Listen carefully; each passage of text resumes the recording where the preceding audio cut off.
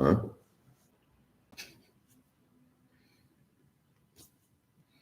Hello, everybody. How are you guys doing today? Aloha. Is anybody there, though? That's the first thing to ask. I don't know if anybody's tuned in I yet. could be talking to the replay watchers. The replay watchers, this is for you. Hello, everybody. We're spontaneously going live for the second week in a row, which I guess would be a bit of a paradox to call it spontaneous, as we are close to the same date or day of the week and time as we were last week, what we call Live from the Grove. We did this last Friday about 6:30 Eastern, and we're back here at Oliver Grove Center for Community Wellness for what we're looking to perhaps be a weekly thing to just kind of hop on and check in with you all. So we're live from North Tonawanda, New York. Sean Kennedy here. This is Paige Allison. We launched this project at the start of the year. We have a vertical farm downstairs with our brother, our partner, Ken Sharp, growing microgreens and now growing some lettuces and transitioning into more automated growing systems as we speak. And since the great pause, pandemic, lockdown, quarantine, different things that people are referring to this, we've been exploring the virtual aspect of things in terms of connecting with people and offering some sense of wellness resource while we aren't able to utilize this beautiful room for physical gatherings during this time. So yeah, just kind of checking in to say hi, no agenda. I did have something I wanted to read and share, but just kind of flow with the conversation here. And if anybody has a comment, question, feel free to chime in and participate in the dialogue over the next few minutes here. But before I continue with anything, we'll let Paige say hello and share anything that's on your mind or in your heart. Hello, everybody. I'm really into right now learning about what's going on in the stars, because for me, what's going on in the stars is super, super interesting. And not in the way that like it's dictating what's going on in my life, but in a way where it's informing the energies around me and it's helping me to know how I can utilize the weather, astrological weather, to benefit me. So it's kind of like on a rainy day, you do certain things, and that's how your flow goes. On a sunny day, you do certain things, and that's how your flow goes. Looking at astrology and knowing where the stars are for me is like kind of like knowing what's in the forecast for how the energy is going to flow. And so a couple interesting things are happening right now. Pluto just went retrograde. Pluto will be retrograde till October. And it's not the same as Mercury retrograde. It's not something that we should be afraid of, but it is something that's very interesting for us to know about, especially since it takes half the year to unfold. And it's really inviting us inward, as all retrogrades do. So that's been something that's been on my mind, been super interesting to me. I posted a couple articles about that on my page. And then we're also going into Venus retrograde, which will be retrograde from May 15th to June 25th. So Venus retrograde is our relationships. So relationships aspects are going to get put into retrospect, just like a lot of things in our lives. So it's good to know that these things are coming up and not be afraid of them. So that's what I've been working on. It's been really interesting. And we're working that into the moon work that we're doing. So that's going to be interesting too. I can see how that's all coming together. It's really going to support us in knowing where all of the stars are, the energies of the time that we're coming together in ceremony, and really being specific about what we're intending. So that's what's going on in my life, in my space. Thank you for the astrological update. Yes. That jarred my memory a little bit of something I wanted to share as well. Happy Beltane. Yes. That is a Celtic holiday. May Eve was last night, and today, May 1st. An important holiday or time of year to be in celebration and recognition of the return of light.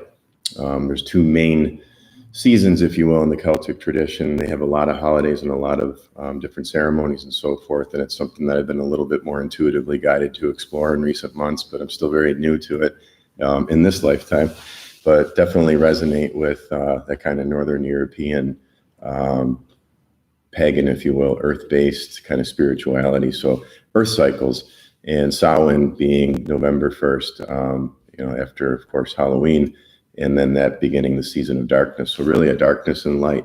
What a beautiful way to break up the year. We have so many different cycles that we pay attention to, whether they're on our calendars or what's going on in the stars and the planets, like Paige just gave us an update. with those earth-based cycles to tune into that and to recognize what's happening at that time of year. So this time of year, you see so much more green and growth in the first flowers of the season, and the animals are more active. I have ants coming out of my apartment, and I fed them some honey yesterday. And I've never done that with ants before, but it was kind of a neat thing just to sort of allow them to share space with me. And they're mostly gone today. So I think I'm onto something with that, to just flow with it and not try to kill them or eradicate them, but they're just kind of coming out of their season and saying, oh, let's see what's going on here and what's available, and then they move on. So yeah, just kind of paying attention to these earth cycles as well, as we are already halfway through spring, believe it or not. It's been cool and very wet here in the Northeast, so it's been a little bit of a slower start to the landscape gardening farming season. But speaking of the farm, we've been very busy over at Song Valley, which we're also affiliated with, a startup organic farm with a permaculture focus and regenerative agriculture. We potted almost 200 trees, shrubs, and herbs last weekend, a bare root, and we're working on planting a couple hundred raspberries. We started that already, and we're going to work on that this weekend, and I imagine that'll go into next week as well. A lot of holes to dig and a lot of earth to move and a lot of plants to put in the ground, but it's very blessed. So just seeing those opportunities with the season, regardless of what the weather's doing. It was a misty, kind of rainy, cloudy day, but it was still a beautiful day for a ride. Went out to visit some friends in what we call the Southern Tier here in New York in Cattaraugus County. And it was just a really nice drive, and it had a real pastoral scenery that almost reminded me of Ireland. I visited there in 1999. I got a chance to experience that, and that's the extent of my European experience, but got to spend 17 days in Ireland, and it was very reminiscent of what we saw today in terms of a lot of open field and more forest here than you'd see in Ireland, other than perhaps Donegal National Park in the north, which I've yet to visit. I didn't get that opportunity last time, but if I go back to Ireland, I definitely want to get to the northern part of the island and see maybe a little bit more of what's left of the wild forest, if you will. So yeah, there's a lot to, I think, celebrate this time of year. I know that we're still going through these crazy times and kind of figuring out where we're at with stuff. Do we feel safe? Do we feel threatened? Are we fed up with being stuck at home? Are we tired of breathing recycled air through our bandanas and masks? Do we have loved ones in the hospital that we're worried about, or at home having difficulties? So, that we're all in this together. We're all being challenged. This is an opportunity, really is. This crisis is an opportunity to go within, really check in with ourselves, rally around each other to the extent that we feel comfortable with that. If it needs to be virtual, a phone call, a Skype, a FaceTime is better than nothing at all. But, if you have access to physically being around people, don't isolate. I can tell you that from experience from some past time in my life when I was isolating myself more socially. I socially distanced myself, actually, and it was a symptom of what was going on, but it certainly didn't help the cause. And I'm a very social being. I love time to myself. I love solitude and space, but I also love to gather with loved ones, family, friends, and just experience this life together. We're social beings, and we once traveled in tribes, and perhaps we're learning to do that again, to build a village that really is sustainable to humanity, rather than how can we just survive and get the most out of our material existence along the way and die peacefully. And not bad goals, but existentially, it's very limiting when you think, how else can I experience this human life I've been given? Maybe there's something beyond what I was taught in school, or what my parents knew, or what they had access to. Any of our parents, they're all looking out for our best interest, and some probably did a better job at that than others. But there's a lot of healing opportunity there when it comes to parents and siblings and cousins and things like that. So this is a time to reflect on those things. Where are we at with these relationships? Does somebody come to mind and we get a icky feeling? There's something to forgive there. There's something to release, to let go. Whatever our triggers, whatever we're being challenged by at this time, we're actually being invited to bring forgiveness, compassion, gratitude to this time, and really shift our reality through that. Not saying that's easy. It's going against the grain habitually. Mostly we were kind of taught and trained how to complain and excuses and blame others and, just excuses for why we're not doing a different thing with our life or whatever it may be, instead of just coming back and saying, you know what, every choice I've made, every thought I've had, every feeling I've had has led me to this moment. I own it. Whether I like this moment or not, I put myself here. As a little child, things happened to us where it was certainly less within our power to do something about, but depending how you believe or understand how we came into this life, I see it as an opportunity that our soul wanted to learn and experience. And some pretty nasty things can happen to children. But even if you had a relatively healthy upbringing, there's still some wounds. There's still some suppressed parts. There's still some aspects of us that we left behind that have been looking to be integrated and included in our journey now. So that's work I got into through Ho'oponopono a few years ago, was inner child work. And a friend sent me a text yesterday about this inner child type work through drawing with your non-dominant hand. So in my case, left hand. And right away I thought, geez, first of all, drawing, I'm not really much of a drawer. I did a bit when I was younger, but not big drawer. And with my left hand, whoa, okay, now you're gonna challenge me, now you're gonna get my attention. That's the whole point, is that it's gonna get deeper in our subconscious. We're gonna have to really focus to use that non-dominant hand and notice what comes up. And those that very well could be those parts of us that are waiting to be rediscovered, to be loved, to be integrated, that we may have suppressed and didn't even know it. And then there's an emotion that's trapped with it that can cause physical challenges in our life, can cause relationship issues, can cause financial issues with our health and all kinds of things. So when you get right with your inner child, your subconscious mind is what it's the metaphor. Your reality changes, because now you're changing from here, rather than trying to modify our habitats to make us feel safe, to make us happy, to feel abundant. We say, wow, I got to really get right here. And then we act from there. So you're not just sitting and meditating and waiting to open up one day and go, wow, my food forest just planted itself, and somebody built this building, and we have this amazing farm, and the community's ready, and we're rocking.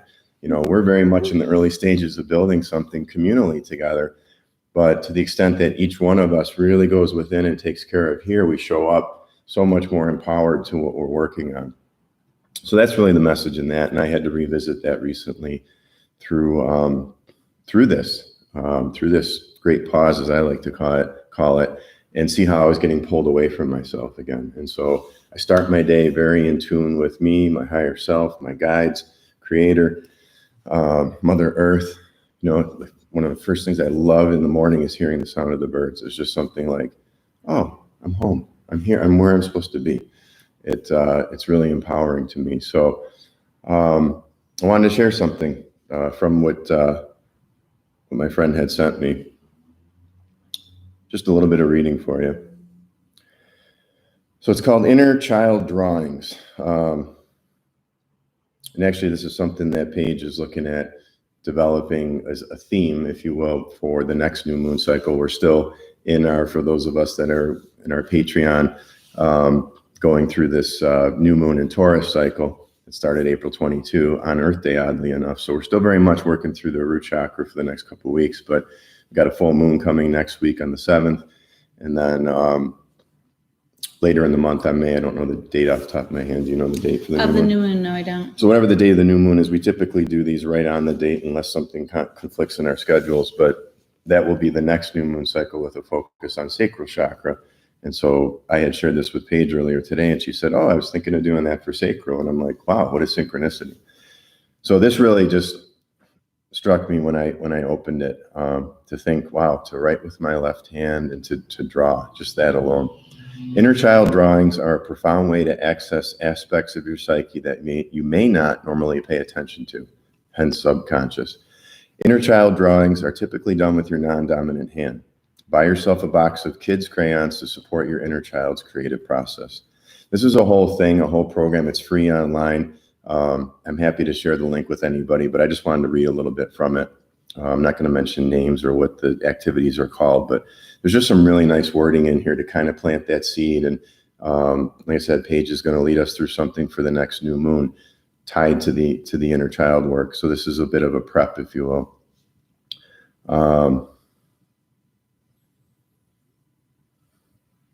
Here we go. This is a nice piece here. Be aware that as you draw for 30 days in a row, many inner children may want to come up for your witnessing attention. Some inner children will be happy, some will be sad, some will be angry. Some may have even buried or are just barely alive for lack of attention. All need to be kindly allowed to have their full expression, no matter how immature they may seem. Be prepared for fear and buried feelings to come up during this process. And also expect a great sense of inner excitement and enjoyment. The younger exiled parts of our personality long to speak and will gladly share their truth through your non-dominant hand. And then she writes here that you can email her with your feedback of the process. So it's a really nice kind of free format of going through a process. If you're up for this, this sounds like, I'm telling you, this is the work. Going within yourself and treating yourself like, how would you, like, I like to think of it as a newborn baby, because let's face it, sometimes a child, like a 4-year-old, you're like, if you ask me one more question, you know, you're already at your wit's end. But I'm talking like, let's say like a newborn, like real infant, and that feeling you get with that baby, right? Like pretty much, you know, that feeling, right? And you want to hold the baby, and there's just a sense of purity and innocence, and you just want to love and care for it. Well, we have that. We have this. So maybe even to say, instead of the inner child, the inner infant in us. How would you treat yourself if you were just an infant in this world? You'd be like, oh, I got you, right? But that will challenge us to the extent that we've pushed that away, and we might go, well, I got you, but someone else hold it. Someone else take it. You know, like, how much love can you share?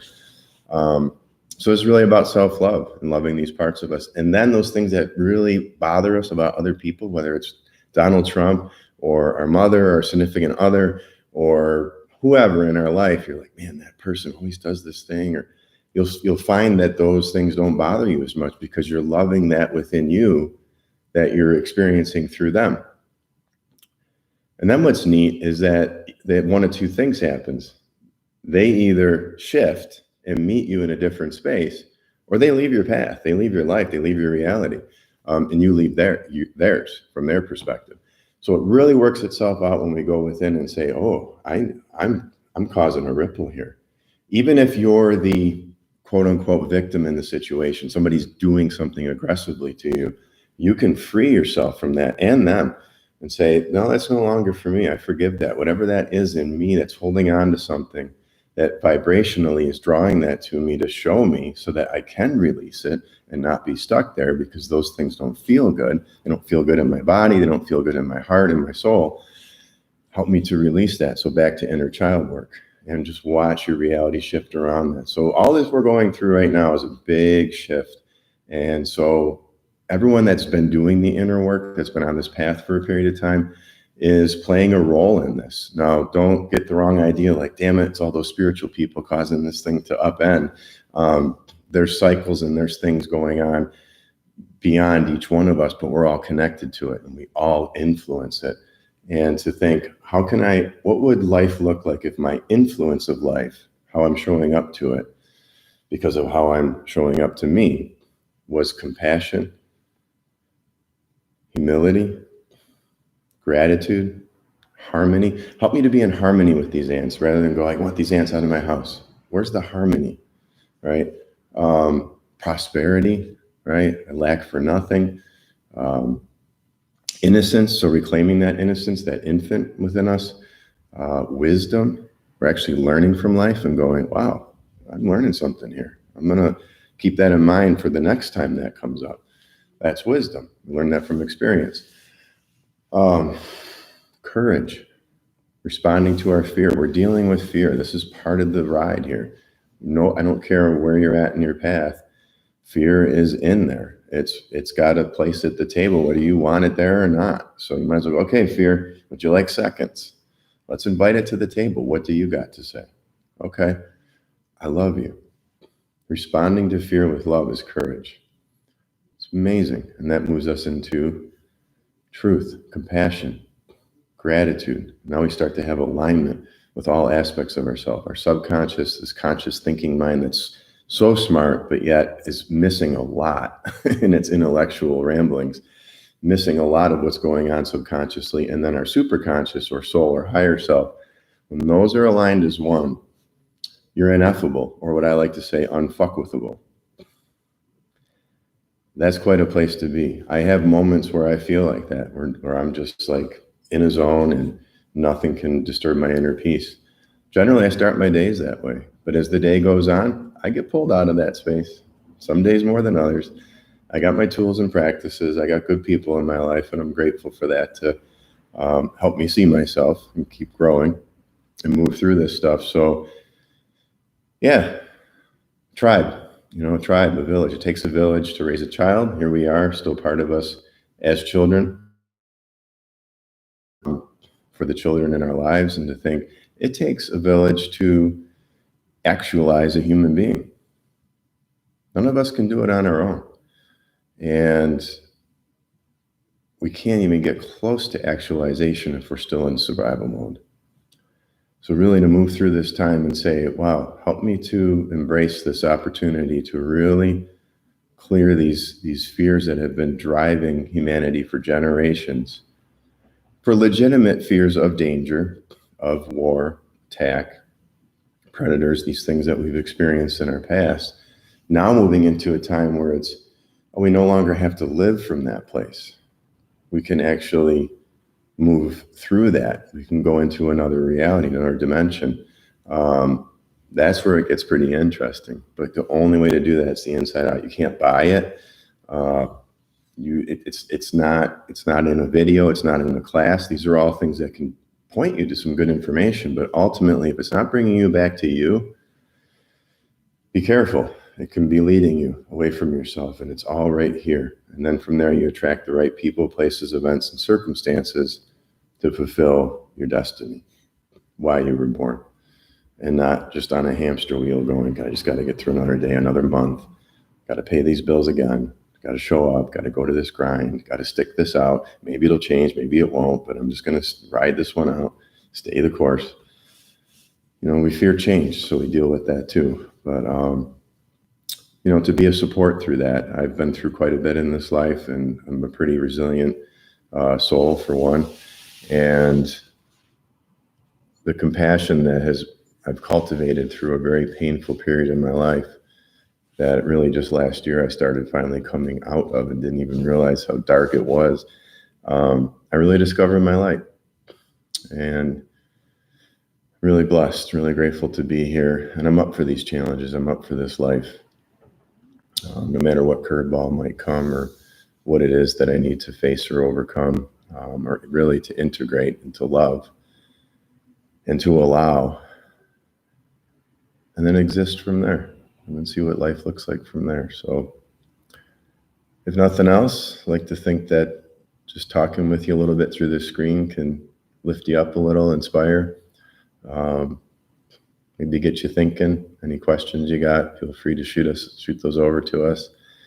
But yeah, we'll be here Mondays still, and for our weekly Ascension broadcast, patreon.com/OGCCW. And we got the full moon next week, right, on May 7th. So if the weather is cooperative, we're going to be building a little fire out at the farm and just streaming live from there. And giving that a whirl, being outside in nature. So looking forward to that. If not, we'll be here at the Grove and in this beautiful room. Anything else to add, Paige, before we log off on this beautiful Friday? Man, there was so much there that I could piggyback off of, but pretty much just wanted to also say that another interesting thing about the Pluto energy, this is one article that I was reading said one of the last times that Pluto was in retrograde in Capricorn was during the American Revolution. So it's important also to remember at this time that we're not going back to the way things were, and it's not like it's going to play out the way that war did, but we're questioning who's our authority. We're questioning who has right over the land that we work on, and who we want to get our food from, and how we want to run our economy, and how we want to self-govern ourselves. And this is all coming back up. So this is also a time, we're doing the inner work with the inner child because it has to be done. But it's also a time where we are coming together in community and really figuring out some deeper answers to some questions that we've been ignoring for a while. And it's an exciting time. This pause is giving us all so much opportunity. So we're grateful to help you in whatever ways you want to or need to be supported through this. And yeah, just so grateful to share part of this journey with you. The immune system in me honors the immune system in you. No más que. It's having a little fun? We can leave it at that. No, thank you. Bye, everybody. That was fun.